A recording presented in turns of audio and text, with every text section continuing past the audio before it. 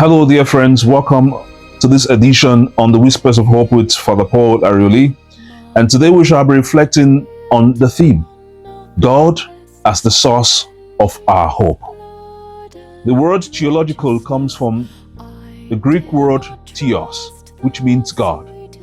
According to paragraph 1812 of the Catechism of the Catholic Church, theological virtues are special because, as their name implies, God Himself is their motive, God is their object, and God is their source. He is their motive because He supports them. He is their object because they lead to Him.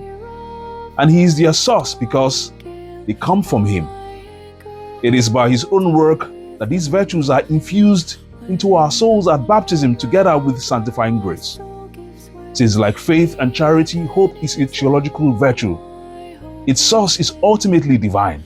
In other words, God gives us hope, He supports and sustains our hope, and it is in Him that we hope. Jeremiah chapter 14 verses 8 says to us very clearly, and I read, "You who are the hope of Israel, its Savior in times of distress. Why are you like a stranger in the land, like a traveler who stays only at a night?" It is clear from Jeremiah's tone that the people were in great distress and desperate need of assistance. And like any faithful Jew, he cried to the Lord, whom he confidently acknowledged as Israel's hope, your hope and my hope. Now, Zechariah's songs of praise, as we see in Luke's Gospel, chapter 1, verses 67 to 80, which is also referred to as the Benedictus, can be described as the canticle of hope.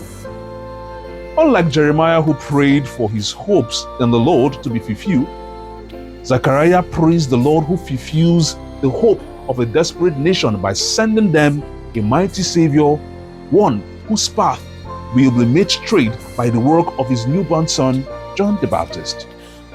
The hope we have in God is a gift from Him, a gift we ought to treasure and preserve.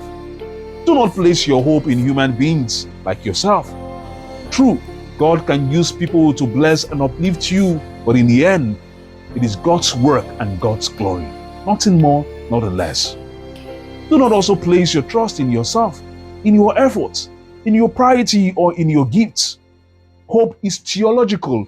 Only God is worthy of all our trust because He knows that however things turns out, He is always working for the good of those who love and hope in Him, as we see in St. Paul's letter to the Romans chapter 8, verses 28.